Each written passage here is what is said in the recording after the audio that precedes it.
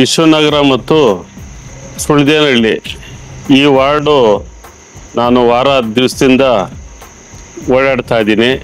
ಕಾರ್ಯಕರ್ತರ ಒಂದು ನಾಡಿ ಮಿಡಿತ ನಾನು ಅವ್ರ ಹತ್ರ ಮಾತಾಡಿದಾಗ ಈ ಕುರುಬರಳ್ಳಿ ಕುಮಾರ್ ಅಂತ ಏನು ಬಂದು ಇಲ್ಲಿ ಕ್ಯಾಂಡಿಡೇಟ್ ಆಗಿದ್ದಾರೋ ಒಳ್ಳೆ ಗೌರವಸ್ಥರು, ಮರ್ಯಾದಸ್ಥರು. ಹಿಂದೆ 2.5 ವರ್ಷ ವೇಮಗಲ್ ಪಂಚಾಯತಿನಲ್ಲಿ ಅಧ್ಯಕ್ಷರಾಗಿದ್ದರು. ಆವಾಗ ಒಳ್ಳೆ ಹೆಸರು ಮಾಡಿದ್ದಾರೆ.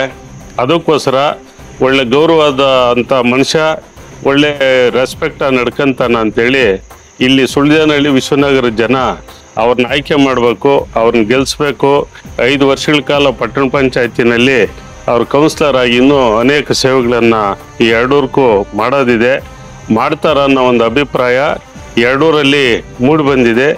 ಆ ಲೆಕ್ಕಾಚಾರದಲ್ಲಿ ನಮಗೆ ನಮ್ಮ ಕೌನ್ಸಿಲರು ಆಯ್ಕೆಯಾಗಿ ಹೋಗ್ತಾರೆ, KR ಕುಮಾರ್ ಅವರು ಆಯ್ಕೆಯಾಗಿ ಹೋಗ್ತಾರೆ ಅನ್ನೋಂಥ ಒಂದು ನಂಬಿಕೆ ನಮ್ಮಲ್ಲಿ ಇದೆ.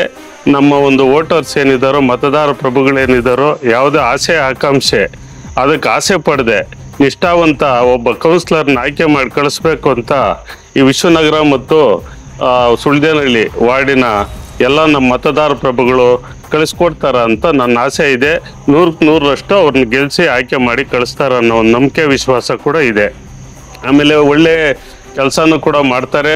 ಈ ಜನಾಭಿಪ್ರಾಯ ಸುಳ್ದೇನಹಳ್ಳಿ ವಾರ್ಡ್ ಆಗಿರ್ಬೋದು, ವಿಶ್ವನಗರ ವಾರ್ಡ್ ಆಗಿರ್ಬೋದು, ಒಂದು ವಾರ 10 ದಿವಸದಿಂದ ನಾನು ನಮ್ಮ ಶಾಸಕರು ಮತ್ತು MLC ಅನಿಲ್ ಅಣ್ಣವರು ಒಂದು ಏನು ನಮಗೆ ಜವಾಬ್ದಾರಿ ಕೊಟ್ಟಿದ್ದಾರೋ ಎರಡೂರಲ್ಲಿ ನಾವು ಕೆಲಸ ಮಾಡ್ತಾ ಇದ್ದೀವಿ. ಜನ ಮನೆಗೆ ಹೋಗಿ ಮತದಾರರನ್ನ ನಾವು ವೀಕ್ಷಣೆ ಮಾಡ್ತಾ ಇದ್ದೀರಿ, ಅವ್ರ ಹತ್ರ ಮಾತಾಡ್ತಾ ಇದ್ದೀರಿ, ಅವ್ರ ಜೊತೆನಲ್ಲಿದ್ದೀವಿ.